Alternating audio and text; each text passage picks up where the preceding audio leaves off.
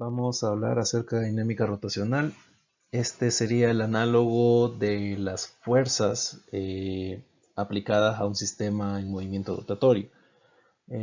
Hasta ahora habrán visto el análogo rotacional de la cinemática, en las mismas ecuaciones que habíamos visto en el primer parcial de esta clase, pero aplicadas a movimiento rotacional. También vieron otra cantidad importante llamada momento de inercia, que viene siendo el análogo rotacional de la masa, ¿ya?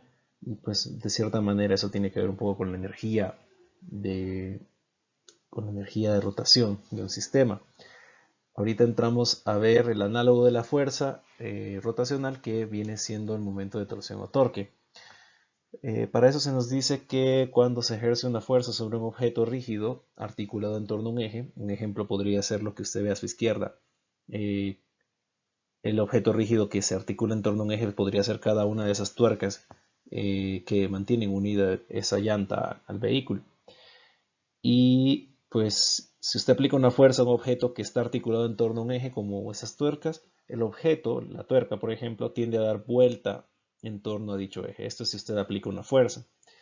Y si usted cuantifica esa cantidad, es decir, la tendencia que tiene una fuerza a hacer girar un objeto en torno a un eje, a esa cuantificación se le conoce como el momento de torsión o torque.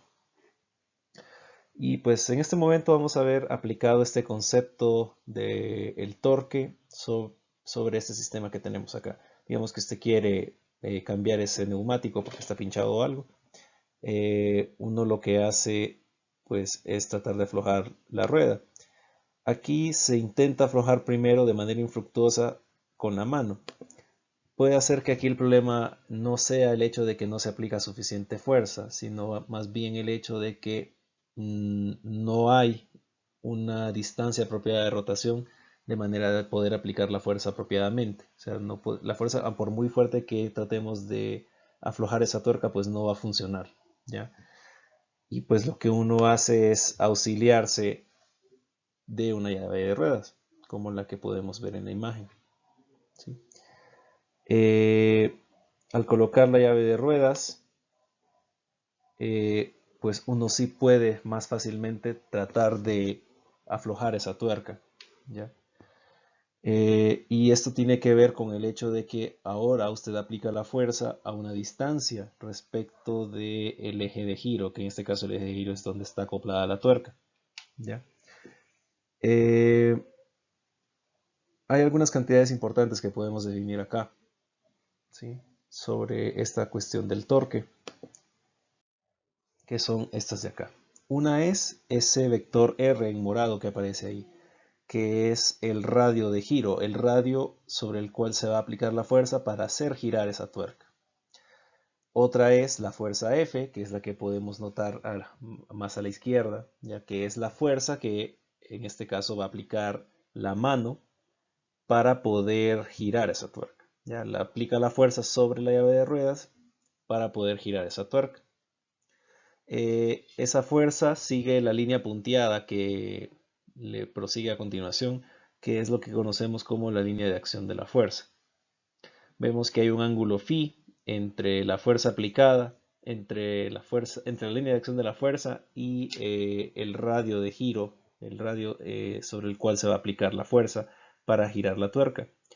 Y de ahí se destaca otra cantidad importante que es el brazo de palanca, que por definición el brazo de palanca siempre va a ser la distancia perpendicular que hay entre la línea de acción de la fuerza y lo que nosotros queremos que gire, que en este caso pues sería la tuerca, ¿no?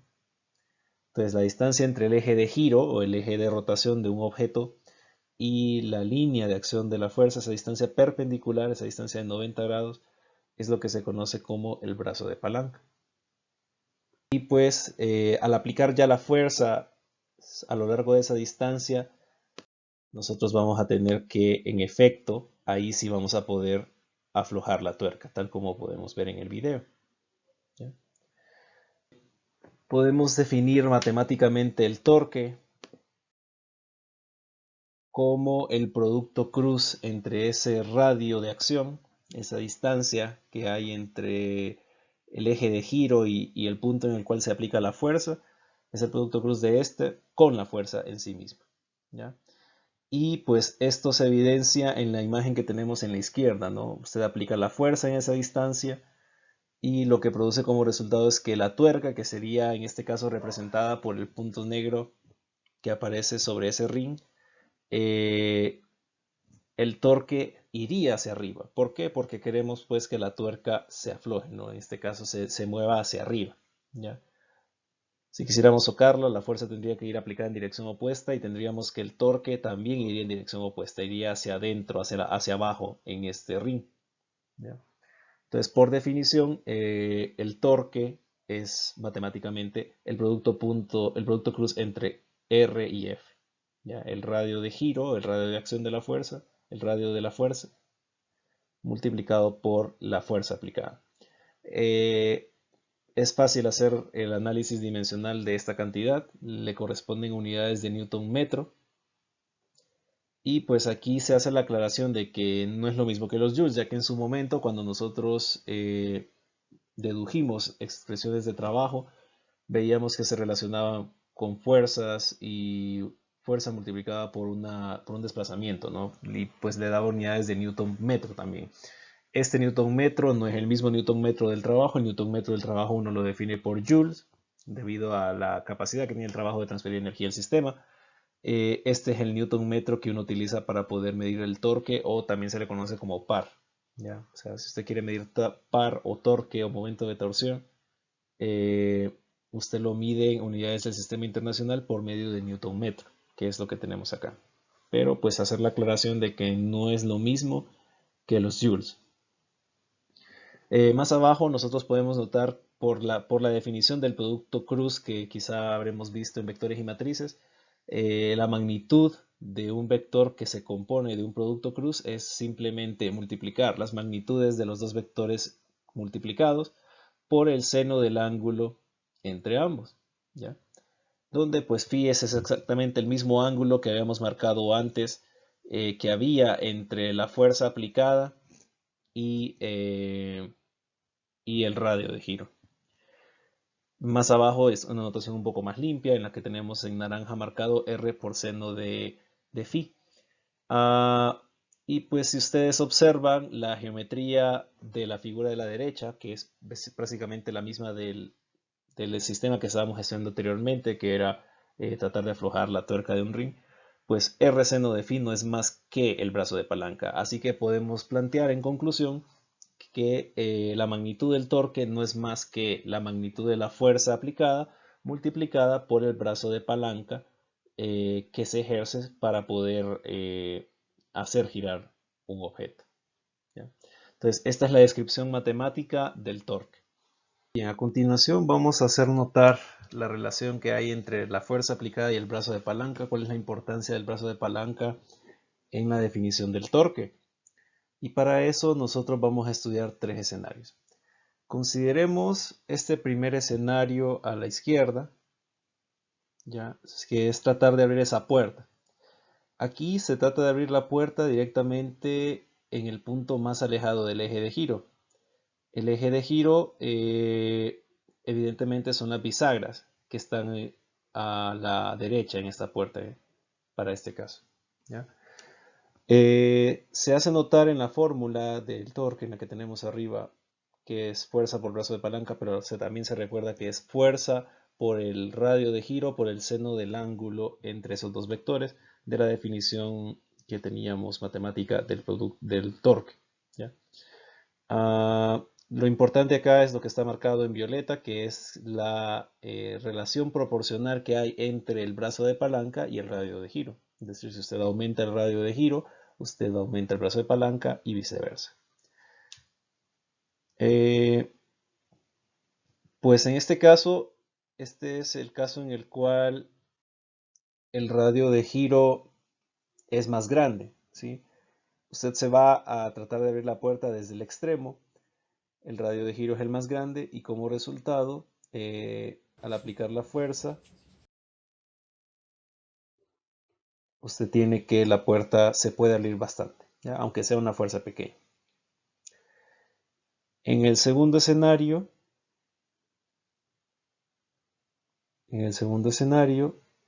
yo tengo que ahora trato de aplicar la fuerza hasta la parte media de la puerta. No la aplico en su extremo más alejado de las bisagras, sino que en un punto intermedio. Evidentemente, eso va a implicar que hemos reducido el radio de giro. Por ende, hemos reducido el brazo de palanca ejercido por esa fuerza sobre la puerta, ¿ya? Y como consecuencia, la puerta siempre se va a abrir, pero noten que se abre menos respecto del caso anterior. Finalmente, vamos a aplicar una fuerza directamente en un punto muy cercano a las bisagras, ¿ya? Técnicamente es como aplicar la fuerza sobre la bisagra en la puerta. Y pues en este caso notamos que no importa cuán fuerte empujemos ese punto, la puerta no se va a abrir. ¿Por qué? Porque el radio de giro es 0. Esto nos da lugar a entender la importancia que tiene el brazo de palanca, ¿sí? Es decir, la distancia a la cual se aplica la fuerza para hacer tender girar un objeto es bastante importante.